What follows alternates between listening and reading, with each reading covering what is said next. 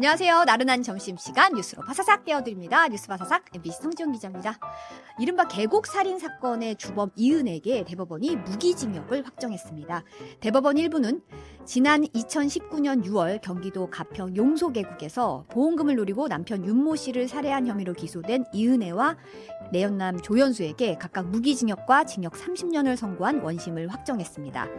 그리고 이른바 부산의 돌려치기 사건이죠. 이 가해자에게도 징역 20년이 확정됐는데요. 당초 이 씨는 살인미수 혐의로 기소돼서 1심에서 징역 12년을 선고받았는데 검찰이 추후에 증거를 추가로 찾아내서 공소장을 강간살인미수 혐의로 변경했습니다. 2심에서 20년형을 선고받았고요. 이 씨가 2심 결과에 대해서 양형이 지나치다고 상고했지만 재판부는 상고를 기각했습니다. 네, 이재양님 안녕하세요. 참참님, 감기 조심하시라고. 그러니까요. 약간 환절기라서 온도차가 너무 심하니까 코가 약간 찡찡해진 것 같아요. 탈레모님이 누구인가? 누가 바사삭 소리를 내었는가? 하셨습니다. 미라클님이 투명한 가을날입니다. 힘듦이 덜어지고 그 자리에 행복이 꼭꼭 채워지기를 응원드리며 감사히 시청하겠습니다. 하셨어요. 범파이님이 오늘 이따가 염규현 총장 나온다고 딩하라고 인사해 주셨네요. 딩딩대학. 네. 왕 알렉산더님이 출석 체크. 한성님, 참참님, 김영림님, 미미님, 여행작가님, 네, 많은 분들이 오셨습니다. 네, 빈센트님도 오랜만에 뵈었네요. 네, 감사합니다. 자, 오늘 9월 21일 목요일 뉴스 바사삭 바로 시작하겠습니다.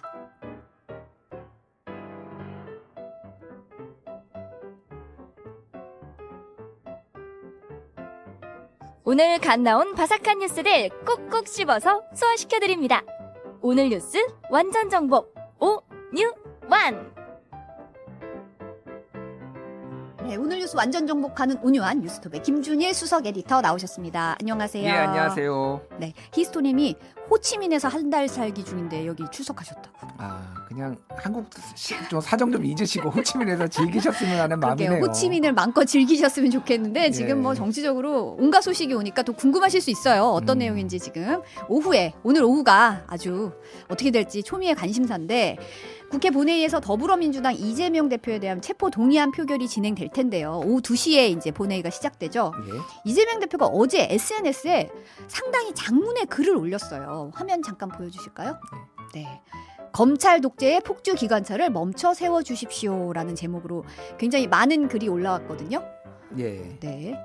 요 글이 이제 올라오고 나서 여러 얘기가 나왔습니다. 일단은 이제 원고지 200자 기준으로 한 11매 정도 되는 2,000자가 좀 이제 공백까지 포함해서 2,000자가 넘는 글이니까 꽤 긴 글이에요. 네. 그래서 이거를 다 설명해 드릴 수는 없는데 어쨌든 요런 표현이 좀 눈에 띄더라고요.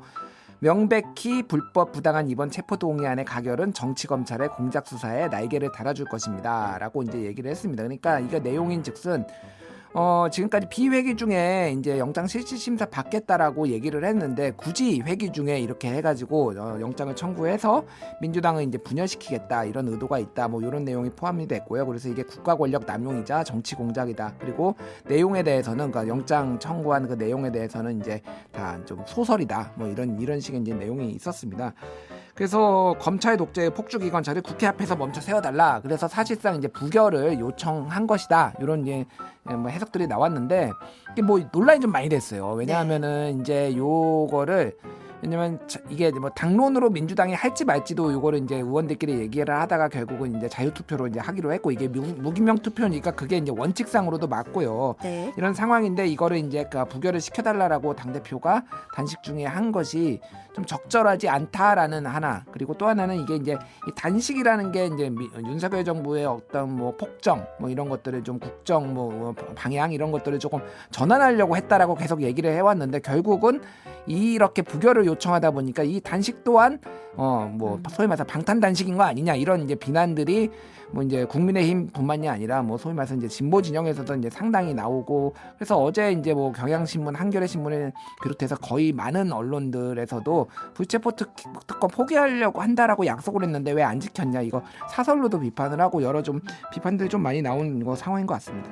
이제 본인이 불체포 특권을 내려놓겠다고 약속을 했었기 때문에 이런 부분에 대해서 단식의 진정성까지 좀 훼손하는 거 아니냐 이런 얘기가 좀 나오고 있는 것 같은데 이제 아까도 잠깐 얘기하셨지만 이제 가결이냐 부결이냐 민주당 지도부가 당론을 정하지는 않았어요. 예. 근데 이제 부결시키는 게 적절하다고 보고 이를 고려해서 결정해 달라 이렇게 요청을 하긴 했더라고요. 그렇죠.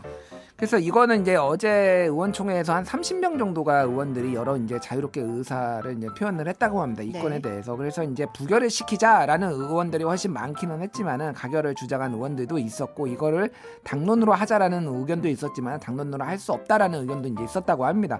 근데 이제 이렇게 좀 의견이 엇갈릴 때는 사실은 이게 원칙적으로 이런 거는 당론으로 하는 게 아니라는 게 이제 관행적으로 있었거든요. 당연히 아까 전에 말씀드렸지만 무기명 투표이기 때문에 그래서 이제 당론으로 결정되지 않았다고 하는데 뭐 김민석 의원 같은 경우에는 오늘 아침 인터뷰에 나와서 아직도 그게 당론 여부가 결정된 건 아니다 또 뭐 이렇게 얘기를 해가지고 그러니까 끝까지 가봐야 아는 뭐 이런 상황인 것 같아요. 그래서 지금 이제 표결이 어떻게 되느냐가 이제 가장 중요한 것 같은데 네. 현재 재적 의원은 이제 297명입니다. 300명 중에 이제 한 3명 정도가 지금 빠져 있는 상황이고요. 여기에서 이제 몇 명이 이제 좀 불참을 할 것 같아요. 예를 들면 해외 순방 중인 박진 외교부 장관 그리고 수감 중인 무소속 윤관석 의원 그리고 이재명 대표가 이제 참석할지 안 할지 모르겠으나 그러면 이제 본회의에 참석할 수 있는 최대 인원은 어쨌든 다 온다라고 하면은 294명. 294명. 그러면은 여기에서 저는 참석한다고 가정하면은 가결 정족수는 148명이 되고 이 숫자는 이제 몇 명의 투표에 참여하느냐에 따라서 당연히 이제 좀 달라지겠죠. 달라질 수가 있는 거죠. 그런데 이제 만약에 국민의힘이 저는 참석한다라고 했을 때 정의당하고 그러면 이제 요게 한 120명 정도 되거든요. 뭐 정의당, 시대전환, 한국의 희망, 뭐 여권, 여당 성향의 무소속 의원까지 하면은 그러면 민주당에서 한 28명 정도만 이제 가결의 투표를 던지면은 이제 가결로 이제 통과될 가능성. 그래서 지금 표 계산들이 엄청나게 지금 그러네요. 많이 지금 되고 있어요. 그래. 근데 이제 지금도 원래는 체포동의안 표결 전에 신상 발언 순서가 있어서 이제 이재명 대표가 신상 발언을 하는 순서가 있긴 한데 아무래도 병원에서 단식 중이다 보니까 참석이 어려울 것이다. 아니다. 그래도 좀 나오려고 할 것이다. 뭐 이런 얘기가 좀 오가고 있더라고요. 사실 그 얘기가 어제부터 좀 돌았습니다. 그래서 이재명 대표가 휠체어를 타고 본회의장에 나타날 가능성이 있다라는 게 뭐 일종의 이제 정보 보고처럼 이렇게 돌았는데 아직 결정된 바는 없다고 하고요. 박강훈 원내대표하고 오전에 만나가지고 출석 여부를 논의했다. 요 정도까지 알려져 있는데 이것도 네. 이제 가봐야 알 것 같습니다. 그래서 이제 뭐 만약에 이제 이 대표가 출석하면은 본인을 포함해서 296명이 출석 인원이 되면은 가결 정족수는 149명 한 명이 이제 느는 거고 뭐 여러 가지 이제 뭐 표 계산이 좀 달라지겠죠. 그래서 지금 뭐 정의당 같은 경우에도 지금 전원이 다 표결을 가결을 할 것이냐 최초에는 당론이 이제 그렇게 좀 정해져 있는 상황이었잖아요. 당의 네. 방침이 정확하게는. 근데 일부에서는 정의당에서도 한 2표 정도가 가결을 할 거 아니 부결. 부결을 계속 가결이죠. 가결. 2명이 그러니까 가결 아니 아니죠. 부결 네. 부결을 할 것이다. 네. 죄송합니다. 그러니까 찬성을 안 할 것이다. 이탈표가 나올 수 있다. 이탈표가 나올 것이다라는 네. 건데 이를테면은 그 정의당 의원들 중에 다 비례대표인데 그 심상정 의원 빼놓고는 일부가 이제 지역구에 출마하려고 하는 분들이 있는데 이분들이 민주진보 대연합을 얘기를 하면서 그쪽으로 이제 이재명 대표에 좀 힘을 실어줄 것이다라고 했고 그 중에 한 명은 이제 강은미 의원 같은 경우에는 본인이 유튜브에다가 그런 거 올리기도 했어요. 부결해야 된다 뭐 이런 것들이 있는데 일단은 정의당에서는 다 이제 가결을 던질 것이다라고 입장 표명은 현재까지 나온 상황이에요. 입장 표명은 하지만 이탈표의 가능성도 배제할 수는 없다. 배제할 수 없는 상황. 이제 보니까 이제 근데 강성 지지층 중심으로 부결 인증 명단까지 이제 사이트에 올리고 이런 상황이에요. 예, 그러니까 민주당의 지지자 모임인데 인터넷 사이트 이름이 당원킹입니다. 당원 킹. 예, 네. 뭐 진짜로 DANGWONKING co.kr 이렇게 돼 있는데 네. 여기에 이제 오전 11시 기준 오늘 오전 11시 기준으로 105명의 의원들이 실명과 사진이 부결 지지 명단이 올라와 있어요. 이게 어떤 식이냐면 당원들이 문자로 이제 국회의원 핸드폰이 많이 공개되어 있는 경우가 많으니까 문자로 이제 물어봅니다. 의원님 어떻게 하실 건가요? 부결인가요? 뭐 이렇게 물어보면은 저는 부결입니다. 이렇게 한 사람들을 다 취합을 해가지고 그 인증샷하고 같이 이제 올려놓은 거예요.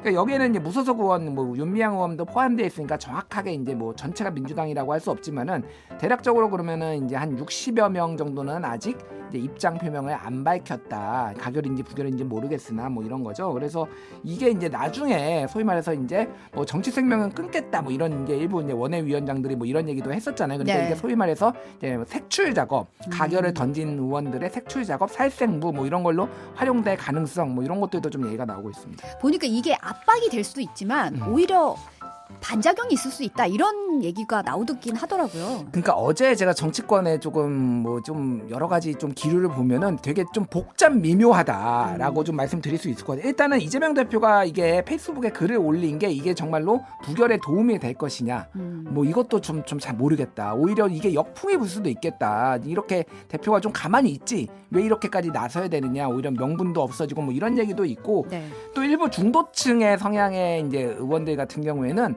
다른 거보다도 뭐 가결 부결 그런 거보다도 당이 지금 너무 이 상황에서 쪼개질 것 같다. 만약에 이게 가결이 돼 버리면 너무 내부 분열이 심해질 것 같다. 일단은 뒤로 좀 미루고 일단은 부결시키고 좀 뒤에서 좀 이거 나중에 다시 차분하게 얘기하자 뭐 이런 스탠스의 의원들도 좀 있거든요. 네. 그러니까 이게 진짜 종잡을수 저도 그래서 이게 어떻게 될지 좀 되게 궁금한 상황입니다. 예. 정말 표결이 들어가봐야 알 것 같은데 국민의힘은 어때요 분위기가? 국민의힘은 뭐 소위 말해서 꽃놀이패다 뭐 이런 느낌이에요. 꽃놀이패다? 예. 왜냐하면 가결돼도 좋고 부결돼도 좋다. 이를테면 부결되면은 뭐 여기는 이재명 방탄 뭐 이미지가 영원히 이제 갈 것이다라고 해서 굉장히 이제 좋다라는 거고 가결될 경우에는 민주당이 이제 쪼개질 가능성 높고 이제 뭐 분란이 이제 당 주도권을 놓고 분란이 이뤄질 것이다. 그리고 이제 공천 물갈이 얘기도 많이 나옵니다. 어쨌든 용산발이든 뭐든 이제 굉장히 많은 이제 그러니까 새로운 뭐 신인들이 검사들 뭐 이런 사람들이 이제 뭐 국민의힘에 새로 공천이 되면은 이게 뭐 어떤 식으로든 이제 이게 공천 개혁이 있는 것처럼 포장이 되는데 민주당 같은 경우에는 오히려 그게 어려워질 거다. 지금 이런 상황이면은 물갈이하기가 어렵고 약간 타협을 하는 식으로 하면은 우리가 선거전에서 좀 이길 수 있다. 뭐 이런 식의 이제 관측들도 좀 나오고 있는데 뭐 그건 가봐야 되는 건데 어쨌든 조금 이재명 대표의 스탠스를 비판을 하면서 요거는 뭐 강 건너 불구경하면서 좀 뭐 결과가 나오는 대로 좀 대응을 하겠다. 뭐 이런 식의 좀 반응인 것 같습니다. 오늘 오후의 상황을 좀 지켜봐야 될 것 같습니다. 그리고 이제 이균영 대법원장 후보자의 인사청문회가 어제 마무리가 됐어요. 예. 이틀 동안 청문회가 열렸는데 뭐 재산신고 누락, 증여세 탈루, 아빠 찬스 뭐 상당히 많은 의혹들이 계속 나왔어요. 예. 그러니까 뭐 너무 많아서 어제 하다가 심지어 중단됐잖아요. 한 세대 개 더 이제 얘기를 해야 되는데 그 정도로 지금 뭐 계속 나오고 있습니다. 이게 그래서 윤석열 대통령하고 40년 지기 친분이 있느냐 없느냐 이게 이제 초점이 될 줄 알았더니 파도 이제 계속 나오는 거죠. 생각보다 상당한 의혹들이 계속 나왔고 예. 해명도 사실 그렇게 해명이 제대로 됐는가? 약간 의문인 부분이 있어요. 그러니까 뭐 장녀의 현금 자산이 갑자기 소득보다 크게 늘었다 뭐 이런 야당이 이런 의혹 제기를 하니까 이 후보자는 2천만 원이 든 계좌를 뒤늦게 발견을 했다. 돈이 얼마나 많으면은 그러니까 10억이 있는지 몰랐고 예. 2천만 원 들어가 있는 계좌는 이제 몰랐다가 뒤늦게 발견한 거죠. 저는 통장이 한 2개밖에 없어가지고 모를 리가 없거든요. 저는 돈도 없지만. 정말 이렇게 이렇게 보통은 이게 얼마 들었는지 다 세세하게 따지는데 굉장히 통이 크신 것 같다는 생각도 들고. 뭐 하여간 이제 금융상품 투자로 수익을 올렸을 뿐이다 이렇게 해명을 했고 네. 대학생이던 장남이 김앤장 법률사무소에서 인턴으로 재직했던 것 이건 지금은 이제 금융권에서 일을 하고 있다라고 하지만은 이게 결국은 이제 법관이었던 아빠 찬스를 이용한 거 아니냐. 경제학과 출신이 이제 예. 노펌에 인턴에 채용되기가 쉽지는 않은 거니까. 그렇죠. 네. 예, 법학과도 아니고 그래서 뭐 이렇게 얘기를 했고요. 이제 윤석열 대통령과의 친분에 대해서는 이렇게 얘기를 했습니다. 저는 전혀 말을 잘 들을 사람이 아니라고 생각하고 있습니다. 저는 철저하게 사법권 독립을 수호하는데 저의 마지막 인생을 걸겠습니다. 이렇게 얘기를 했습니다. 그래서 뭐 40년 직이었고 친구의 친구였다라는 그런 해명보다는 조금 더 이제 좀 강하게 좀 선을 긋는 이런 모습을 좀 보여줬습니다. 예. 이제 국회 인사청문특별위원회가 오늘 오전에 임명동의안 심사경과 보고서를 채택을 했어요. 이 네. 후보자에 대해서 이제 보고서에 야당 부적격, 여당 적격 이 의견을 병기를 했는데 당장 오늘 오후에는 임명동의안 상정 안 하기로 했다면서요? 예, 그러니까 뭐 쉽게 얘기를 하면 지금 난리가 났잖아요, 국회가. 이게 오늘 그러니까 뭐 이재명 대표 체포동의안 표결도 있지만 한덕수 국무총리 그렇죠. 지금 뭐 해임 해임 건의안 건의안. 이것도 있는데 이것까지 지금 할 수 있는 상황이 아니다라는 거. 그리고 또 하나는 이제 민주당의 국민의힘의 입장이 표결 입장이 좀 정해지지 않은 것 같아요. 그러니까 이게 앞에 다른 표결들이 너무 어수선하다 보니까 사실은 1988년 이후로 그때 이제 처음 대법원장이 부결된 이후로 한 번도 부결된 적이 없었거든요. 네. 그때는 이제 여소야대 1로 삼긴 시대였죠. 그러니까 어느 정도는 이제 관행적으로 대법원장을 이제 통과를 시켜주는 분위기였는데 지금은 변수가 너무 많은 거예요. 그러니까 이게 당론으로 좀 어떤 식으로 정리가 돼야 될 필요성이 있어서 시간을 벌었는데 다만 대법원장이 김명수 대법원장이 금요일 내일 퇴임을 해요. 아, 그러네요. 예, 그러니까 사실은 이게 본회의가 지금 그러면은 다음 주 월요일 25일에 열리거든요. 뭐 짧은 기간이긴 하지만 대법원장 이제 공석이 지금 될 수밖에 없는 그때 25일에 이제 표결이 될지 안 될지도 아직은 모르지만은 그런 상황이고 만약에 이제 이게 표결에서 부결까지 될 경우에는 상당 기간 이제 대법원장 공석이 좀 불가피한 상황이 될 것 같습니다. 네. 그리고 김행 여성가족부 장관 후보자도 2012년에 원치 않는 임신으로 아이를 낳아도 이를 받아들이는 관용이 필요하다. 이런 취지의 발언했던 게 드러나서 지금 논란이 되고 있잖아요. 예, 이제 2012년에 이제 헌재 낙태죄 합헌 결정 이후에 본인의 이제 위키트리 이쪽에 이제 유튜브에 나와서 그렇게 얘기를 한 거예요. 낙태가 금지된 필리핀에서는 한국인 남자들이 필리핀 여자를 취하고 도망쳐도 아이를 다 낳는다. 원치 않는 임신으로 아이를 낳아도 이를 받아들이는 관용이 똘레랑스 뭐 이런 표현도 썼는데 이런 게 필요하다는 취지의 이제 발언을 했다라는 거는 이제 경향신문이 단독 보도를 했습니다. 이에 대해서 이제 이 김행 후보자는 여성이 출산과 양육을 결정한 경우 그 결정과 모든 생명은 존중돼야 한다는 취지로 말한 것이다 이렇게 해명을 했고요. 방금 또 나왔는데 김행 후보자가 내가 언제 성폭행당한 여성에게 출산 강요했나 이건 가짜 뉴스다. 뭐 이렇게 또 얘기를 했습니다. 그래서 아니 뭐만 있으면 이분은 가짜 뉴스라고 그래가지고 도대체 네. 그러니까 이런 충분히 이게 조금 무리한 그러니까 왜냐하면 헌법에서는 어쨌든 22주 되기 전까지는 여성의 자기 결정권이라는 걸 이제 존중한다라는 거 아니에요. 특히 원치 않은 성폭행, 임신 이런 거 같은 경우에는 여성이 이제 소위 말해서 이제 임신 중절을 할 수 있다 이런 권한을 이제 보장을 한 것인데 이거에 대해서 법을 이제 정면으로 반박을 하면서 지금 이 취지로 보면은 그냥 나아야 된다 이런 식으로 또 들릴 수도 있거든요. 네. 그래서 이거를 이제 가짜 뉴스라고 볼 수 있는지 좀 의문입니다. 이제 본인이 발언한 거에 대한 얘기를 보도를 했는데 그거에 대해서 가짜 뉴스라고 반박하는 게 저는 약간 논리적으로 구조가 좀 이상하다는 생각이 좀 그러니까 들어요. 무리한 해석이다 뭐 이렇게 얘기를 한다든지 뭐 네. 이렇게 하면 모르겠는데 맥락을 봐야 된다 뭐 이런 모르겠는데 맥락을 봐야 된다고 하더라도 이거는 뭐 사실은 본인의 이제 이런 생각에 대해서 얘기를 한 거니까. 근데 이제 또 위키트리 창업했을 당시 이 매체 이제 김행 후보자가 작성자로 올라온 게시글에 기사에 예. 이제 성차별적인 표현이 담긴 내용이 있다고 해서 이제 아무래도 여가부 장관 후보자다 보니까 이런 거에 대해서 또 문제가 또 제기가 됐어요. 예, 2012년의 기사인데요. 미국 한 대학의 여성학 시험 답안이 A+를 받은 이유를 이제 소개하는 내용입니다. 그래서 여성은 돈과 시간이 필요하다라는 전제로 시작해서 여성은 문제라는 답으로 이제 끝을 맺어. 그러니까 정확한 핵심 명강의와 똑똑한 제자라고 이제 부연을 했다라는 건데 이게 그러니까 뭐 립스티클이라는 뭐 이런 류의 거예요. 그러니까 약간 뭐라고 해야 돼? 뭐 굉장히 무거운 거는 아니고 이런 얘기도 있다라고 하면서 좀 가볍게 소개하는 뭐 이런 거예요. 그래서 남자가 여자에게 반하는 이유 베스트 10 뭐 이런 거거든요. 네. 그러면 이게 사실 굉장히 진지한 기사는 아니고 뭐 이렇게 뭐 시중에 떠도는 얘기들 이런 것들 뭐 하는 거죠. 그래서 마지막에 결국 결론은 하나 예뻐야 뭐 이렇게 적었다라는 거예요. 그래서 뭐 이게 이제 작성자가 김행 후보자로 나와 있으니 이제 본인이 이제 좀 궁색한 거죠. 그래서 당시 김 후보자의 해명은 제도권 언론이 아니라 시민 기자들이 블로그 인기글에 올리는 오픈 플랫폼 형태였다라고 해명을 하는데 그냥 본인이 바이라인이 본인 거가 있는데 그게 뭐 외부에서 썼다라는 거를 본인 바이라인은 그러면 거짓으로 붙였다라는 건지 이것도 좀 해명을 모르겠습니다. 예. 네. 신원식 국방부 장관 후보자 발언이 끊이지 않고 이제 논란이 좀 있는데 이번에는 이완용에 대해서 어쩔 수 없는 측면이 있었다고 옹호를 했다고 해서 논란이 일고 있는데 예. 어떤 내용이죠? 그러니까 조갑제 이제 월간 조갑제 뭐 옛날에 월간조선 이제 편집장으로 유명하신 분이죠. 이분의 이제 홈페이지에 올라온 신원식 국방부 장관의 이제 후보자의 연설문인데 2019년 8월에 이제 연설을 자유한국당 집회 연설을 한 거 이렇게 얘기를 했습니다. 이완용과 비교도 되지 않은 5천년 민족사에 가진 악질적인 매국노가 문재인입니다라고 얘기를 했고요. 여기에 더해서 이완용이 비록 매국노였지만 한편으로는 어쩔 수 없는 측면도 있었던 것이 사실이다라고 주장을 했습니다.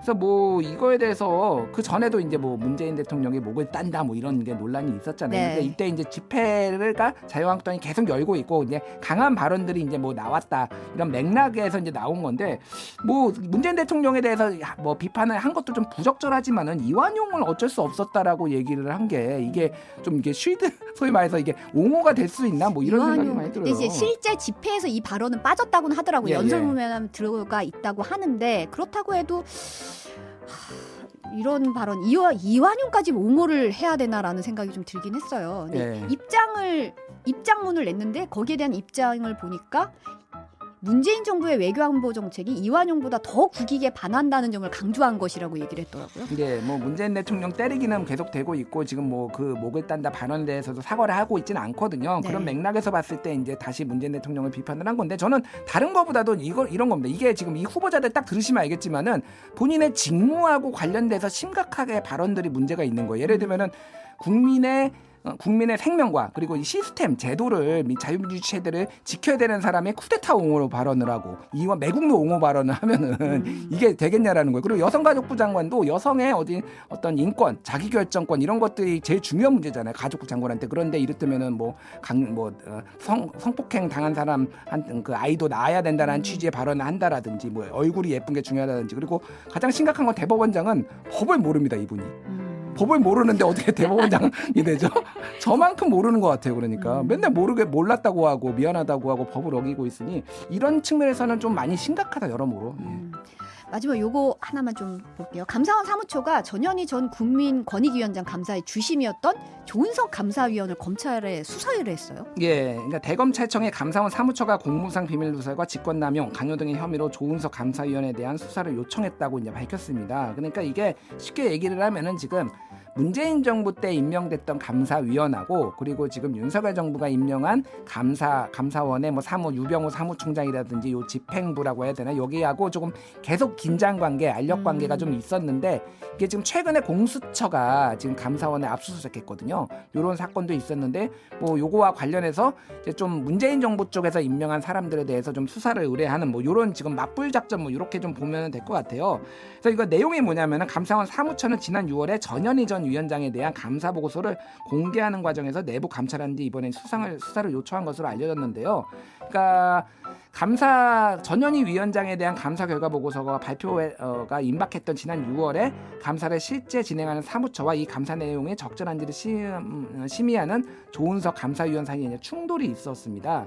그래서 이 부분에 있어서 이제 감사 보고서 결과 보고서 의결이 지연이 됐고요. 그리고 이게 감사원 사무처가 감사 결과 보고서를 공개하기 전에 뭐 전산 시스템을 고쳐가지고 조 의원의 열람 확인 없이 결재를 통과시키면서 감사위원 패싱 논란 뭐 등등등이 있었는데요.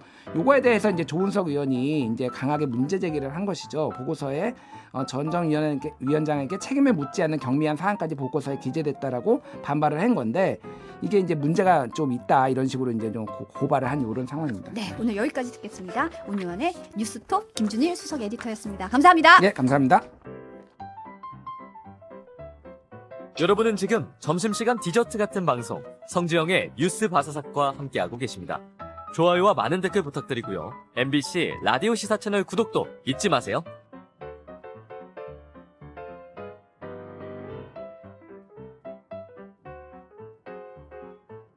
네, 목요일이죠. 키워드로 알아보는 한 주의 이슈 키워드 바사삭 코너입니다. 키워드 장인 MBC 염기현 기자 나오셨습니다. 어서 오세요. 안녕하세요. 오늘은 가을 분위기가 물씬 나는 의상인데요. 예, 가을 추자 써서 추남이 되어 왔습니다. 오해 없으시기를. 네. 네. 가을 추자 이렇게 쓰죠. 네. 안 그래도 아까 범카이브님이 네. 딩하 하셨어요. 예. 딩딩대학 염기현 총장님이시기도 하시죠. 네. 키워드 장인이시기도 네, 하고. 너무 감사합니다. 네. 탈레모님이 키워드 장인납시오 하셨고 네. 임금님기의 캔디님이 염총장 컴온 하셨어요. 네. 미라클님이 네. 목요일에는 무려 3번을 본다고. 부디 옥체 너무 건강을 잘 자주 챙겨주시기를 네. 거듭 부탁드린다고 네네네네. 하셨습니다. 감사합니다. 네. 박인규님이 오늘도 추억 돋는 화질의 영상이 있나요? 키워드 박사님 하고 물어보시는데요. 오늘은 역사성이 좀 짧은 거다 보니까 상대적으로 좀 없습니다. 오늘은. 네, 다음엔 제가 진짜 오래 묵은 걸로 갖고 오겠습니다. 이슈를 저희가 발굴해서 네. 갖고 오겠습니다. 그럼 새만금 때가 진짜 완전 그러니까요. 오래된 거 많이 봤죠 우리가. 예전 인물들, 맞아요. 예전 분들 많이 봤어요. 네. 김영민님이 추남 염총장님 바사삭 하셨는데 기분이 살짝 좋진 않네요. 남의 입으로 들으니까. 네. 제가 할 땐 괜찮았는데. 네. 그래서 오늘은 네. 어떤 이슈 가지고 오셨나요? 오늘은 사실 이것도 첨예한 이슈입니다. 지금 네. 사실 국회에서도 지금 뭐 체포동의안에 뭐 해임 건의안부터 해가지고 뭐 산적한 이슈들이 많은데 오늘은 최근 정치권에서도 이제 또 다른 축의 이슈로 부상하고 있는 통계 조작 논란 가지고 왔습니다. 네. 그렇죠. 이게 얼마 전에 감사원이 발표하면서 논란이 커졌어요. 네, 이게 핵심은 간단합니다. 문재인 정부 당시에 정책 효과를 돋보이게 만들기 위해서 혹은 정책 효과가 퇴색되게 보여지는 걸 막기 위해서 통계법을 위반해 통계를 조작했다는 게 이제 감사원 주장인데요. 아무래도 이전 정부 시절의 일이다 보니까 당연히 정치적으로는 굉장히 예민하게 좀 받아들이는 쟁점일 수밖에 없습니다. 이게 좀 감사원의 중간감사 결과 보고다 보니까 네. 내용이 좀 어렵기도 하고 좀 복잡하기도 하더라고요. 네네. 이제 과거의 기억에 어떤 일이 있었나 차근차근 한번 짚어볼 수 있을 것 같은데요. 네, 그래서 이번 이슈도 사실관계를 좀 나열해 보면은 이해를 할 수가 있는데요. 일단 2018년 문재인 정부 초기부터 그 이후의 진행 과정 오늘 5개의 키워드를 통해서 차근차근 정리해 보겠습니다. 네, 좋습니다. 그럼 첫 번째 키워드는 뭘까요? 네, 첫 번째 키워드는 소득 주도 성장입니다. 소득 주도 성장, 이른바 소주성. 네. 문재인 정부의 정책 방향이었어요. 그렇습니다. 쉽게 말해서 국민들이 돈을 많이 벌면 돈을 많이 또 쓸 테니까 경제 성장이 이루어질 거다. 우리나라 경제 구조가 지나치게 대기업 또 수출 기업 중심으로 뭐 이런 말도 있잖아요. 전차 경제다. 삼성전자랑 현대차가 다 끌고 간다. 그래서 좀 이런 거를 깨자. 이거를 기업 중심이 아니라 가계 중심, 노동자 중심으로 바꿔보자. 이게 애초에 나왔던 소득 주도 성장이었습니다. 네, 소주성에서 가장 돋보이던 게 사실은 가계 소득을 높여야 되니까 그렇죠. 많이 벌어야 많이 쓸 거 그렇죠. 아니에요. 그러다 보니까 최저임금을 많이 올렸어요. 그래서 최저임금을 가파르게 올리기 시작하는데요. 이게 사진이 혹시 준비됐나요? 예. 제가 지금 띄워드리는 사진 그래프 준비가 됐습니까? 가- 혹시? 말로 해드려도 됩니다. 지금 준비가 떴네요. 예, 고용노동부 예, 그래프네요. 지금 네. 사진을 보면 이제 최저임금 인상 추이를 좀 보여주는 건데요. 네. 이제 그냥 제가 좀 숫자가 복잡하니까 제가 좀 말로 풀어드리면 이명박 정부 임기 동안에는 대략 800원이 올랐습니다. 네. 그리고 박근혜 정부 때 많이 올랐어요. 1,600원 정도 올랐고요. 네. 그리고 문재인 정부 들어서는 2,700원 이상 올랐다. 이렇게 딱 보면은 좀 얼마나 올랐는지가 느껴지죠. 그러네요. 네. 액수로 보면 가장 높은데 비율로 보면 어떤가요? 네, 비율로 보면은 이제 박근혜 정부 시절에 7.4% 오른 반면에 문재인 정부 때 7.7% 정도. 뭐 비율상으로는 아주 크게 차이는 안 납니다만 일단 액수 차원에서는 좀 차이가 나긴 하고요. 문제는 이렇게 가파르게 최저임금을 올리면서 당장 자영업 시장에서 목소리가 터져 나왔었습니다. 네. 특히 코로나가 있기 전인 2017년에서 2019년 사이에 최저임금이 2년 사이에 2,000원 가까이 올랐거든요. 예. 그때 사실은 자영업자분들 인터뷰가 있으면 맞아요. 기승전 최저임금이라고 할 정도로 네. 최저임금에 대해서 좀 얘기가 많이 나오긴 했어요. 그리고, 그래서 예. 네. 그리고 오르는 속도가 좀 빠르기도 했고요. 네. 그래서 자영업자분들 중에는 나 이래서 이제 아르바이트생 더는 못 두겠다. 그냥 내가 밤새 일하고 말지 뭐 이런 목소리 실제로 있었고요. 실제로 고용 자체가 줄어드는 효과도 나타났습니다. 그러면서 취임 이후에 소득 주도 성장 정책을 추진한 이듬해인 2018년 5월에 1분기 소득 격차가 나오게 되거든요. 네, 되짚어 보면 네. 당시 결과가 그렇게 좋지 않게 나왔어요. 그렇습니다. 일단 첫 성적표가 그 이듬해 1분기에 나왔는데 오히려 소득 격차가 더 커졌거든요. 당시에 나왔던 리포트 잠깐 보고 가겠습니다. 1분기 가계소득 동향은 충격적이었습니다. 많이 버는 상위 20% 소득은 작년보다 9.3% 늘고 많이 못 버는 하위 20% 소득은 작년보다 8% 줄어 격차가 역대 최고로 많이 벌어진 겁니다. 소득 주도 성장, 즉 하위 계층의 소득을 늘려 탄탄한 성장을 하겠다던 정부에겐 뼈아픈 결과였습니다. 문재인 대통령이 직접 우리에게 매우 아픈 지점이라고 말했을 정도입니다. 정책 지원을 아끼지 않고 있는데 왜 저소득층 소득이 줄어들까? 정부는 일단 고령화를 가장 큰 원인으로 보고 있습니다. 소득이 매우 적거나 아예 없는 70세 이상 인구가 상당히 늘었기 때문에 어쩔 수 없다는 겁니다. 하지만 급격한 최저임금 인상에서 이유를 찾는 시각도 분명히 존재합니다. 임시직이나 일용직 취업자 수가 줄고 자영업자들이 서비스업 고용을 줄여 저소득층이 직격탄을 맞았다는 얘기입니다. 그 자영업 경기가 안 좋은 측면도 있지만 최저임금 인상의 영향도 고용 둔화에 기여한 것으로 생각되고 있습니다. 어제 긴급 소집된 청와대 회의에서 김동연 경제부총리, 장하성 정책실장 등은 정책 기조를 지킬지 일부 수정할지를 놓고 2시간 반 난상 토론을 벌였습니다. 결론은 소득 주도 성장의 큰 틀은 지키되 보완책을 내놓겠다는 것이었습니다. 일에서 버는 만큼 장려금을 더 주는 근로장려세제를 확대한다거나 올 9월 이미 5만 원 인상이 예정돼 있는 노인 기초연금을 더 올리는 방안 등이 검토되고 있습니다. 박인규 님이 최저임금이라도 안 올랐으면 지금 서민들 더 힘들었을 겁니다. 이런 얘기도 해주셨는데 네네. 일단은 통계상으로 보면 첫해 성적표가 썩 좋지는 않았던 거예요. 그렇죠. 당시에 일단 정부 차원에서 냈던 결론은 그래, 효과가 좋진 않았다. 성적이. 그래서 정책 효과가 나오려면 좀 더 지켜볼 필요가 있겠다. 그래서 소득 주도 성장의 큰 틀은 유지하기로 결정을 합니다. 근데 방향 자체를 바꾸지는 않았던 거죠. 아까도 뭐 리포트에서 2시간 반 난상 토론을 벌였다 뭐 이런 그렇죠. 제목이 나왔는데. 그런데 이제 최근 감사원 조사에서 나온 내용을 보면은 이 당시에 방금 본 리포트 1분기 때의 분배율도 원래는 6.01로 더 안 좋게 나왔었다는 거예요. 그랬는데 통계청이 이제 취업자 가중치를 조정해서 5.95로 좀 낮춰서 공표했다는 게 이제 감사원 조사였는데 그렇게 낮췄어도 어쨌든 수치상으로는 썩 좋지는 않은 상황이었다는 건데 그리고 나서 그 바로 다음 2분기 결과가 나오거든요. 1분기 성적표 나왔고 그렇죠. 2분기 결과가 나오는데 네. 네. 그건 바로 다음 키워드에서 살펴보겠습니다. 두 번째 키워드 가볼까요? 두 번째 키워드가 바로 10년 만에 최대가 되겠습니다. 10년 만에 최대. 이게 이제 2분기 때 나온 발표랑 관련이 있는 거죠? 그렇습니다. 그러고 나서 2018년 2분기에 가계 동향 조사가 또 나오는데요. 물론 이제 1분기 직후에 석 달 만에 나온 데이터긴 했는데 이제 8월이면은 문재인 정부 출범 이후에 1년이 완전히 만으로도 1년이 완전히 지난 시점이었거든요. 그렇죠. 네. 근데 여기서 소득 격차가 1분기보다 더 벌어집니다. 그러니까 최저임금 높여서 좀 어떻게 보면 이제 분배를 하려고 했는데 결과는 좋지 않았던 거네요. 그렇죠. 실제로 당시에도 많은 전문가들이 최저임금을 올리면 당연히 소득이 올라가죠. 그거는 일자리가 유지된다는 전제 하에서 그랬던 건데 당연히 그러면 월급이 더 오르는 게 맞지만 당시에 한계에 내몰렸던 기업이나 자영업 사업장 같은 경우에는 아예 일자리 자체를 줄여서 대응하려다 보니까 고용이 유지된 계층은 소득이 올라간 반면에 고용 자체가 사라지면 그건 0이 돼버리잖아요. 그러니까 이거를 전체 통계로 냈을 때는 오히려 부작용이 더 큰 거 아니냐 이런 분석이 그래서 나왔던 건데요. 네. 그래서 2018년 2분기에는 제목이 바뀝니다. 두 번째 키워드 10년 만에 격차가 최대로 커졌다 이런 분석까지 나오면서 이건 뭐 진영에 관계없이 문제를 지적하는 리포터들이 계속 나왔거든요. 당시 리포트 잠시 또 보고 가겠습니다. 네. 2분기입니다. 올 들어 4월부터 석 달간 가장 소득이 적은 계층이 번 돈은 3% 넘게 감소했습니다. 반면 가장 소득이 높은 20%는 근로소득을 중심으로 12%나 증가했습니다. 격차는 더 벌어져 전체 가구를 5개 구간으로 나눴을 때 가장 잘 버는 계층의 소득이 최하위층 새소득의 5배가 넘어 10년 만에 격차가 가장 컸습니다. 가장 큰 원인은 일자리였습니다.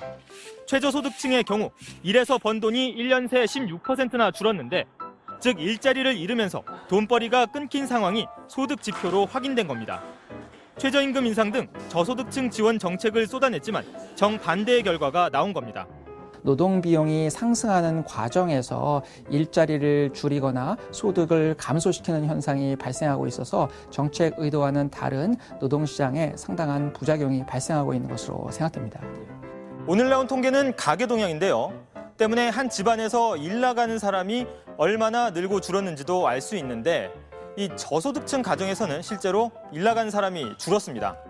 그러니까 이분 그대로인데 가족 중에서 실직자가 생기다 보니까 벌이가 급감한 겁니다. 일이 없어서 소득이 0인데 아무리 세금으로 지원해줘봐야 소득이 늘 수는 없겠죠. 오늘 또 눈여겨봐야 할 건 중산층도 소득이 줄었다는 겁니다. 그동안 저소득층 벌이는 감소해도 이 3분위 그러니까 40에서 60% 중간 계층은 조금이나마 오르긴 했었는데 이 3분위 소득까지 줄었습니다. 네, 양효걸 총장의 약간 상당히 슬림한 모습을 볼 수 있는 리포트였는데요. 네네. 당시 정부 입장에서는 물론 이제 이게 빈부격차, 그렇죠. 양극화 이런 걸 줄이기 위해서 사실은 소득을 그렇죠. 늘리는 소득 주도 성장을 이끈 네. 건데 좀 부담스러운 상황일 수밖에 없을 것 같아요. 그래서 아까 이제 경제연구원이나 뭐 교수들도 얘기했던 게 이제 스트레스 테스트가 조금 부족했던 거 아니냐. 결국 이걸 했을 때 스트레스가 생기잖아요. 근데 그 스트레스 이제 어쨌든 이제 이런 거에 그쵸. 의한 우리의 여파. 이제 예. 몸집이 어떠냐, 예. 맷집이 어떠냐. 그렇죠. 근데 그 스트레스가 더 컸던 거 아니냐라는 분석이 나왔던 거고. 근데 이제 그러면서 청와대 경제수석실이 방금 보신 이 리포트가 8월 23일이거든요. 근데 이 결과 공표 3일 전에 미리 이 통계청 관계자들을 불러서 2분기 수치도 나빴구나라는 걸 미리 파악하게 되고요. 당시 청와대 경제수석실에서는 이제 청와대가 보도자료를 일부 수정 지시한 걸로 이제 확인이 됐습니다. 감사원 조사 결과. 이후 당시 통계청장인 황수경 청장에게는 보도자료 수정 사실을 알리지 않은 채 방금 보신 자료가 발표가 되게 됩니다. 그러니까 네. 감사원 이제 중간 그렇죠. 그 조사 발표에 따르면 네. 통계청장이 이 수정 사실을 모른 상황에서 발표가 됐다는 거네요. 네, 이게 이제 이번에 발표된 감사원 조사 내용인 건데요. 네. 당시에는 이제 홍장표 경제수석도 경질이 되고 이제 이런 경제 상황 때문에 그리고 윤종원 후임 경제수석이 임명된 상황이었거든요. 그리고 나서 그러니까 3일 전에는 미리 좀 보고 청장이 모르게 수정이 됐고 그리고 이 발표가 난 뒤에 다시 3일 뒤에 통계청장이 바뀌게 됩니다. 보도자료가 수정이 된 거죠. 보도자료가 수정이 됐고 통계가 발표된 뒤에 그 3일 뒤에는 통계청장이 바뀌게 되는데요. 그게 바로 다음 키워드에서 나오는 내용입니다. 네, 그럼 세 번째 키워드는요? 바로 세 번째 키워드가 13개월 만에 경질이 되겠습니다. 통계청장이 13개월 만에 바뀐 거죠. 네, 원래 통계청장 임기는 2년인데요. 2년? 그런데 네. 이례적으로 임기를 채우지 못하는 일이 발생하게 됩니다. 그 이전에는 유사 사례가 한 건 정도 있었는데요. 그 경우에는 더 나은 자리로 뭐 영전하는 형태였다면 이거는 그런 경우는 아니었던 거라 좀 이례적이란 평가가 나왔고요. 그래서 이거 이유가 뭘까? 의문이 제기가 됐고 혹시 이거 정부가 어떤 요구하는 통계에 제대로 못 맞춰서 그런 건 아니야? 이런 해석들이 당시에 뒷공론으로 많이 나왔었습니다. 근데 황 청장 반응도 있었어요. 당시에 황수경 청장이 이임식을 하면서 통계가 정치적 도구가 되지 않도록 심혈을 기울였다 이런 말도 남겼거든요. 네. 그러니까 어찌 보면 좀 뼈 있는 말을 남기고 가긴 했는데 사실 황 청장이 이것 때문에 경질된 건지 이게 이번 감사원 조사에서 이루어진 건 아닙니다. 그러니까 인과관계가 입증된 건 아니고 당시에 다만 그런 보도와 추측들이 많이 난무했다라는 정도가 되겠습니다. 아무래도 이제 13개월 만에 경질이 되다 그렇죠. 보니까 이를 놓고 정치권에서도 논쟁이 좀 있었어요. 네, 특히 이제 국민의힘 전신인 당시 자유한국당에서는 이제 의혹 제기를 하면서 이제 좀 몰아붙였었거든요. 당시에 정치권 국회에서 논쟁하는 모습 잠깐 보고 가겠습니다. 네. 황수경 통계청장이 어제 전격 경질됐습니다. 통상 2년 정도인 임기를 채우지 못하고 13개월 만에 바뀐 겁니다. 야당들은 이례적인 인사라며 주목했습니다. 정권 입맛에 맞는 통계를 내놓게 하려는 조치로 봤습니다. 최근 통계청이 사상 최대로 벌어진 소득 양극화 통계 자료를 내놓았다가 정권에 밉보였다는 겁니다. 정권 차원에서 구미에 맞게 통계 조작하려고 작정한 것이 아니고서는 이런 인사 결코 할 수 없는 겁니다. 혹여라도 소득주도 경제 성과를 내기 위해서 통계에 손대려는 어떤 시도가 있다라면 이 점은 국민의 심판을 받을 것입니다. 올해 소득 조사를 할 때 표본이 확대되면서 소득 하위 가구가 많이 포함됐고 그 때문에 수치상 양극화가 크게 나와 그 책임을 통계청장에게 물었다는 게 야당의 주장입니다. 새로 임명된 강신욱 통계청장도 최근 통계청 표본이 문제가 있었다고 자신이 내부적으로 지적한 적이 있다고 밝혔습니다. 임명되기 전에 표본가구 논란을 제기한 사람이 바로 지금 강신욱 청장이라는 그런 기사가 나오고 있어요. 이게 사실입니까? 1분기 자료를 분석한 결과에 대해서 그렇게 말한 적이 있었습니다. 그러나 청와대는 통상적인 인사로 문책이 아니다라는 공식 입장을 내놨습니다. 여권에선 황수경 전 통계청장이 불충분한 설명으로 국민들에게 혼란을 초래했다는 점이 고려됐을 거란 관측도 나옵니다. 당시 야당이었던 지금 현 여권에서 이제 당시 이런 논란에 대해서 이제 주장을 좀 있었고 그렇죠. 이게 지금 감사원을 통해서 통계 조작 사태로까지 이제 좀 불거진 거잖아요. 저희가 뭐 이따가 잠시 후 마지막 키워드에서도 말씀드리겠지만 당시에 이제 당시 야당이었던 이제 자유한국당과 바른미래당에서는 되게 주시했던 거고요. 이제 정권 교체 이후에 이제 감사원 감사를 통해서 계속 이 문제를 굉장히 오랜 기간 동안 좀 들여다보고 지금 이제 불거진 상황인데요. 근데 문제는 이제 감사원에서 지금 문제를 제기한 통계가 이 소득주도 성장과 관련된 가계 동향 조사만 있는 건 아니고요. 네. 지금 사실 조사 결과 나온 것들 중에는 지금 이 외에 다른 통계도 또 논란에 포함된 한 축이거든요. 네. 그게 뭔지 네 번째 키워드에서 짚고 마무리로 이 내용을 다시 살펴보겠습니다. 네 번째 키워드는 뭐죠? 네 번째 키워드는 좀 긴데요. 19.46대 62.2가 되겠습니다. 19.46 대 62.2. 네. 숫자로 되었네. 네, 바로 부동산 통계 관련 소식인데요. 부동산 통계. 이번에 네. 감사원이 사실 밝힌 내용 중에 좀 메인에 해당되는 게 바로 부동산 통계 조작 의혹 제기입니다. 네. 그러니까 문재인 정부 시기에 뭐 여러 요인들로 인해서 부동산 가격이 급등했었거든요. 맞아요. 네. 그때 당시에 집값도 그렇고 이제 전세 가격도 많이 올랐어요. 체감 굉장히 인상 정도가 굉장히 커서 문재인 정부 출범 이후 3년 정도 지난 시점이 되면 사실은 이제 코로나 영향도 있습니다. 2019년에 그렇죠. 말에 네. 코로나가 오면서 금리를 올릴 수 없게 되면서 저금리 기조가 전 세계적으로 가면서 유동성이 많이 풀린 측면도 있었고요. 그러면서 주식과 부동산 그리고 각종 규제 속에서도 자산 가격이 크게 상승하게 됩니다. 그러니까 이 과정에서 이제 문재인 정부는 부동산 대책을 지속적으로 내놓거든요. 근데 이렇게 부동산 정책을 지속적으로 내놨던 이유는 그만큼 집값이 당시에 잘 안 잡혔기 때문이었습니다. 그때 집값이 자고 나면 오른다는 얘기가 있었어요. 그래서 벼락거지라는 말도 그때 등장했었고요. 그래서 갑자기 자고 일어났더니 나는 뭐가 없어 이렇게 된 거죠. 역사가 좀 반복돼요. 벼락거지 나왔다가 하우스 푸어 또 나오다가 그러니까요. 또 벼락거지 나오고 막 이런 식의 지금 순환이 되는데 그래서 뭐 집 안 사면 바보다 이런 말이 나오면서 좀 경쟁적으로 추격 매수가 이루어진 시점이었습니다. 당시에 김현미 국토부 장관이 근데 2020년 7월에 그때 이제 뭐라고 밝혔냐면 집값이 11% 정도 올랐다고 공개 발언을 했었거든요. 네. 근데 예를 들어서 만약에 3억 원짜리 집이라고 했을 때 11%가 올랐다면 한 3억 3천이 됐다는 얘기잖아요. 근데 사실 그 당시에 그 발표를 보고 시장에서는 아니 이거 3천만 원보다 더 많이 올랐는데라는 그런 반응이 많았거든요. 예. 아무래도 이제 정부 통계가 조금 뒤늦게 반영되는 측면이 그렇죠. 없지 않아 있지만 그렇죠. 그래도 시장에서 느끼는 이게 체감 통계랑 정부 통계가 너무 차이가 큰 거 아니냐 이런 얘기가 나왔어요. 그게 뭐 호가랑 실거래가도 구분해 볼 필요가 있고요. 그럼요. 당연히 이거는 이제 격차가 있는데 근데 그 차이가 나도 너무 많이 났다는 게 문제였고요. 어느 정도 차이가 났냐 하면 2017년부터 5년 동안 부동산원 통계로 나타난 서울의 집값 상승률은 19.46이었습니다. 네. 그러니까 부동산원 통계는 그러니까 20%가 채 안 올랐다는 거죠. 그런데 같은 기간 민간 통계인 KB 시세, 이게 대출의 기준이 되는 통계거든요. 이거는 62.2%가 올랐다고 밝히거든요. 62.2%. 그래서 이제 네 번째 키워드 19.46 대 62.2가 나오는 거예요. 그러니까 실제로 시장에서는 62 혹은 뭐 일부 강남이나 과열 지역은 그보다 더 오른 지역도 있었죠. 특정 단지의 경우에는. 그래서 진짜 많이 올랐다는 하소연이 있을 때 부동산원에서는 집값이 이제 안정세 접어듭니다. 생각보다 많이 안 올랐습니다. 이런 발표를 계속 내놨던 거죠. 근데 사실 이제 통계가 정부 통계, 민간 통계 조사 방법도 다르고 차이가 날 수는 있어요. 당연히 똑같이 나오면 그게 조작이죠, 사실은. 사실 똑같이 나오면 굳이 왜 내? 이런 얘기가 날 수 내는 있죠. 게 맞고 예. 표본수나 방법이 당연히 차이가 있고 아까 말씀드린 대로 실거래가냐 호가냐 시차에 따라 다 다릅니다. 근데 그래도 통계라는 게 많은 표본을 통해서 트렌드를 파악하기 위한 목적이잖아요. 그렇죠. 추세를 보는 거죠. 그렇죠. 근데 네. 그 지표가 지금 19.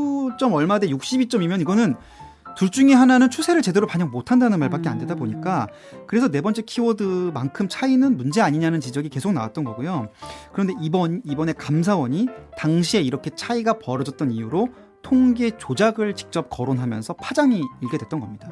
감사원의 중간감사 결과 발표에 따르면 소득 통계뿐 아니라 부동산 통계도 조작의 여지가 있다. 그런 의혹이 있다라고 문제를 제기한 거잖아요. 그렇죠. 통계는 객관성과 공정성이 생명이기 때문에 현행 통계법을 보면 통계 발표 전에 중간 자료를 미리 다른 기관에 줄 수 없도록 돼 있거든요. 근데 청와대에서는 부동산원에게 수시로 이제 보고를 하도록 해서 통계를 좀 미리 받아봤다라는 게 이제 감사원 조사 중간 발표 내용에 포함된 내용이고요. 그러면서 예산과 인사 권한도 행사해서 압박했다 이렇게 감사원이 또 덧붙였는데 감사원 조사 내용을 정리한 지난 15일 뉴스데스크 영상 잠깐 보고 가겠습니다. 네. 2018년 9.13 부동산 대책은 투자 목적 주택 매매에 대출을 제한함으로써 더 이상 부동산으로 돈을 벌 수 없다는 일종의 선언이었습니다. 하지만 효과는 1년 남짓. 줄곧 내리던 집값이 반등하자 당시 국토부 직원은 한국부동산원에 이대로 가면 저희 라인 다 죽습니다. 한 주만 더 마이너스로 부탁드리면 안 되겠습니까? 라는 메시지를 보냈다고 감사원은 밝혔습니다. 한 달 뒤엔 제대로 협조하지 않으면 조직과 예산을 날려버리겠다고 압박했다고 전했습니다. 부동산원 통계상 아파트 매매 가격은 9.13 대책 발표 이듬해인 2019년 6월 셋째 주부터 연속 3주 정체를 보인 걸로 발표됐습니다. 감사원은 당시 청와대가 개입한 결과라고 판단했습니다. 감사원은 또 청와대가 부동산원의 일주일마다 나오는 확정치 외에도 3일마다 나오는 주중치와 확정치 발표 하루 전에 집계되는 속보치를 추가 보고하도록 해 통계법을 위반했다고 밝혔습니다.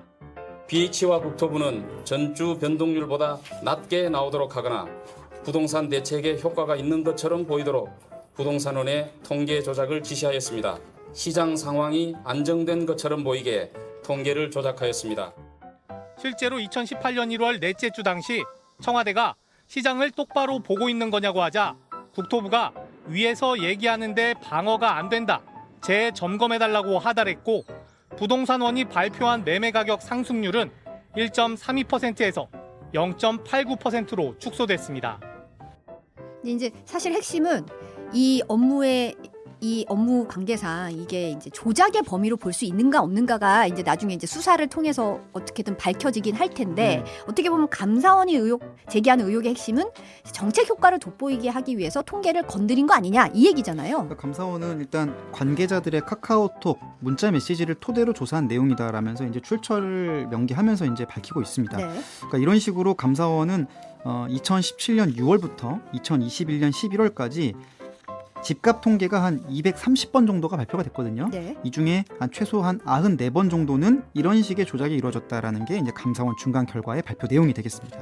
그래서 이제 여기에 관련된 인사를 한 22명을 무더기로 검찰에 수사 요청을 했어요. 예, 일단은 임기 기간 동안의 정책 실장들은 다 들어가 있습니다. 장하성, 김수현, 그리고 김상조, 이호승 정책실장이랑 경제 라인 핵심 참모들이 많이 포함됐고요. 또 국토부 장관이었던 김현미 전 장관, 또 아까 영상에 나왔던 강신욱 전 통계청장까지 22명을 검찰에 넘기고 수사 요청을 했는데요. 앞서 간단히 좀 짚어드린 대로 지금 국회 상황이 굉장히 지금 강대강 대치 상황이잖아요. 네. 그런 상황에서 공교롭게 딱 최종 발표가 아니라 중간 발표로 딱 던져놓다 보니까 이 정치적인 파장도 굉장히 커지고 있는 그런 상황입니다. 그러니까 중간 발표라는 것에 대해서도 약간 논란이 있긴 하더라고요. 그렇죠. 이제 중간 발표 형식을, 왜냐하면 중간 발표라면 감사위원회 통과를 안 하거든요. 감사위 의결을 거치지 않고 발표를 해서 여론에 먼저 좀 공개했다라는 거에 대해서 이제 비판하는 분들도 있습니다. 네. 당사자들, 이제 이 수사 요청을 받은 의뢰가 된 당사자들 입장은 어때요? 당사자들 입장 바로 마지막 키워드에서 반론 최종적으로 다 짚어보겠습니다. 네, 마지막 키워드는요? 마지막 키워드는 통계 조작 대 감사 조작이 되겠습니다. 감사 조작. 이제 감사원의 통계 조작 의혹에 대해서 감사 조작이다, 이런 키워드가 나온 거죠. 네, 그러니까 문재인 정부 청와대 참모 장관들이 주축이 되어 있는 연구 포럼이 있습니다. 사의제라는 곳인데요. 사의제. 네. 여기서 이번 감사원 중간 발표에 대한 입장을 냈습니다. 네. 그래서 당시에 통계를 추가로 받아보고 또 관계기관의 통계 변동의 설명을 요청했던 거, 이거 제대로 보는 거 맞냐 했던 것들이 당시로서는 시장 상황을 좀 더 정확하고 신속하게 파악해서 정책 대응을 하기 위한 적극적인 노력이었다, 이렇게 입장을 전했습니다. 네. 일단은 문재인 정부 전직 관료들이 이거를 또 공개적으로 발표한 부분이 있거든요. 이거 정리한 지난 15일 뉴스데스크 리포트 보고 마무리 이어가겠습니다. 네. 문재인 정부 출신 인사로 구성된 정책포럼 사의제는 감사원의 발표가 전제부터 틀렸다고 반박했습니다. 감사원 감사는 호가 기준으로 산출되는 KB 통계가 기준이고 부동산원 통계는 여기서 벗어나 조작된 것처럼 설명했다는 겁니다. 실제로 거래 한두 달 후 취합되는 가장 정확한 실거래가 통계와 비교하면 KB 통계보다 부동산원 통계가 더 실거래가에 근접한 모습을 보이는데 감사원이 이 사실은 빼놨다고 역공했습니다. 세 차례 조사 기간을 연장하고 조사팀까지 교체해가며 7개월 동안 진행된 감사. 장하성, 김상조, 김수현, 김현미 등 청와대와 국토부 책임자들에 대한 소환조사. 문재인 정부 인사들은 감사원이 문제 삼은 사안은 시장 상황을 정확하고 신속하게 파악하기 위한 적극적 노력의 일환이었다며 문재인 정부 누구도 조작 의도를 가지고 통계 생산과 발표에 개입한 적이 없다고 했습니다. 이런 퇴행적인 이런 어떤 보복 행위들은 반드시 다시 평가를 받는 시간이 올 것입니다. 지금 정권을 가지고 있다고 이렇게 칼을 막 휘두르다 보면 이미 쓰여져 있는 조서에 동의하도록 강요당하거나 검찰로 넘긴다, 감옥에 넣겠다는 겁박을 당한 이들도 있다고 주장했습니다. 민주당은 정당한 업무를 조작으로 둔갑시킨 정치감사, 윤석열 정부의 실정을 가리려는 전국 돌파용 정치쇼라고 비판했습니다. 전 정부를 탄압해 현 정부의 실정을 가리기 위한 윤석열 정권의 파렴치한 정치 공작입니다. 네, 사이제 입장문에 보면 감사 결과 놓고 악마의 편집으로 사실관계를 왜곡해서 부풀리고 증거와 진술을 악의적으로 취사 선택해서 범죄를 만들어낸 현 정부의 감사 조작이다. 여기서 이제 감사 조작 얘기가 나오고 있는 것 같은데 정부 여당 입장은 어때요? 지금 여당은 굉장히 공세적입니다. 국민의힘은 지금 체포동의안 사안도 똑같잖아요. 굉장히 공세적으로 법원 가서 심판 받으세요 막 이런 식의 이제 공세적인 입장을 취하고 있는데 국민의힘은 전임 정부가 정책을 덮기 위해서 전방위적으로 한 거다. 그 윗선을 밝혀라 이러면서 사실상 좀 문재인 전 대통령까지도 겨냥하는 듯한 발언도 내놨고요. 대통령실 관계자도 이거 기업으로 치면 분식회계 아니냐면서 감사 발표는 국기문란이라며 또 강공 공세를 펼치고 있습니다. 물론 지금 나온 의혹도 향후 수사 과정 또 재판 과정을 통해서 지켜봐야 될 부분인데요. 지금 오늘 뭐 체포동의안, 해임 건의안 뭐 미뤄지긴 했지만 대법원장 인사청문회 인준 이런 것까지 지금 여야가 쟁점 사안마다 다 부딪히고 있거든요. 네. 그런 쟁점 중에 지금 통계 조작 논란도 정치권에서 또 하나의 큰 이슈로 공방을 계속 주고받을 걸로 보입니다. 네, 그러면 오늘의 이슈 한번 다시 정리해 볼까요? 네, 일단 통계 조작 논란 감사원의 중간 발표로 불이 붙었습니다. 네. 일단 소득 주도 성장이었고요.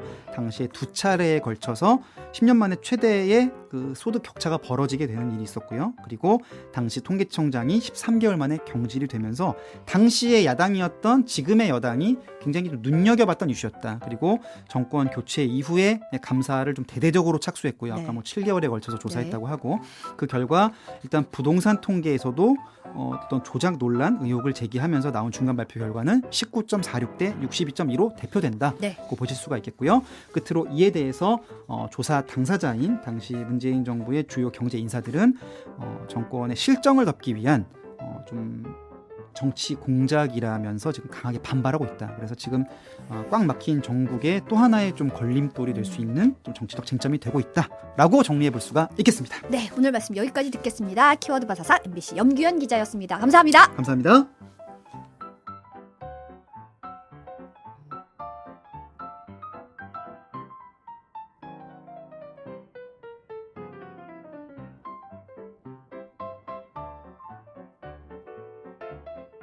네, 9월 21일 목요일 뉴스 바사삭 오늘도 함께해 주셔서 감사합니다. 저는 내일 낮 12시 30분에 찾아뵐게요. Just like a prisoner, I'll give in to all your ways.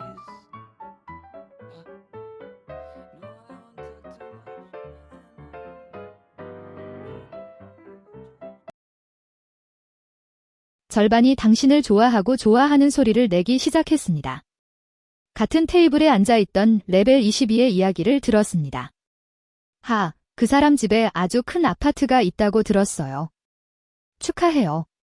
나는 사위와 함께 살고 있으며 회사방도 있습니다. 정말 부자예요, 엄마. 그는 어머니, 아내, 아이들을 매우 사랑하며 볼수록 더 좋아합니다. 13살이 된 그는 아직도 속옷을 빨지 않았습니다. 앞으로도 세탁하지 마세요. 그녀는 입을 열었고 그녀의 눈에는 눈물이 흘렀다. 하지만 입을 열어 이렇게 말했습니다. 엄마, 저는 저를 정말 잘 대해줬어요. 정말 잘 대해줬어요. 제가 어렸을 때부터 어머니는 저를 아주 잘 대해주셨어요. 그렇게 말하지 마세요. 우리 집에는 실제로 큰 아파트와 회사방이 있는데 어머니가 직접 매일 2시간씩 연습을 주선해 주셨는데 이 정도면 부족해요. 나에게 흉터에 대해 가르쳐 주신 분은 어머니이십니다. 엄마가 나를 사랑하기 때문이에요. 그냥 처음부터 끝까지 플레이했습니다. 그녀는 자신이 좋아하는 것과 싫어하는 것을 설명하지 않고 단지 어머니에 대해 서투른 거짓말을 반복했을 뿐입니다. 쯧, 머리에 피가 쏠렸어. 나는 테이블을 세게 쳤다. 마음에 든다면 나도 볼 수 있을 텐데 너의 모습을 봐. 그렇게 말하고 나는 즉시 후회했다. 원래는 인간성과 존엄성에 대해 이야기하려고 했는데 크엉이 갑자기 침묵하고 고개를 들어 나를 바라보았습니다. 나는 감히 당신의 눈을 들여다볼 수 없었습니다. 그녀 역시 고개를 숙이지 않았습니다. 그녀는 사과할 수 없었다. 너무 화가 나서 어리둥절한 아이들이 따라왔다가 뒤돌아서 그곳을 떠났습니다. 그녀는 더 이상 나에게 말을 하지 않습니다. 그뿐만 아니라 그녀는 혼자 공부할 시간을 활용하기 위해 장소를 바꾸고 싶었습니다. 이제 막 끝나려고 해요. 그녀는 가서 자신과 함께 자리를 바꾸고 싶은 사람을 한 명 한 명씩 물었습니다. 아무도 대답하지 않았습니다. 그녀가 엉성하고 불결하고 남자들에게 거짓말을 하는 것을 좋아하.